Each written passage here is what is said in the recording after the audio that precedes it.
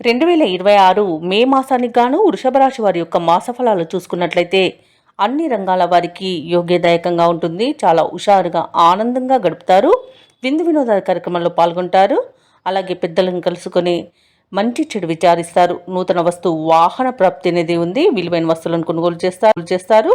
సంతానం ద్వారా సౌఖ్యం అనేది కలుగుతుంది. భార్యాభర్తల మధ్య అవగాహన బాగుండి సుఖమైన జీవితం అనేది లభిస్తుంది. దైవ దర్శనాలు చేసుకుంటారు. అలాగే ఈ నెలలో ఆదాయానికి మించిన ఖర్చులుంటాయి. ఆరోగ్య భంగాలుంటాయి. నేత్ర శిరోపీడలు అనేవి వేధిస్తాయి. అలాగే ఒక ముఖ్యమైన సమస్య అనేది వేధించడం వలన కొంత భయానికి గురయ్యే అవకాశం కనిపిస్తున్నందున జాగ్రత్త వహించండి. స్త్రీమూలక లాభాలు అనేవి ఉన్నవి.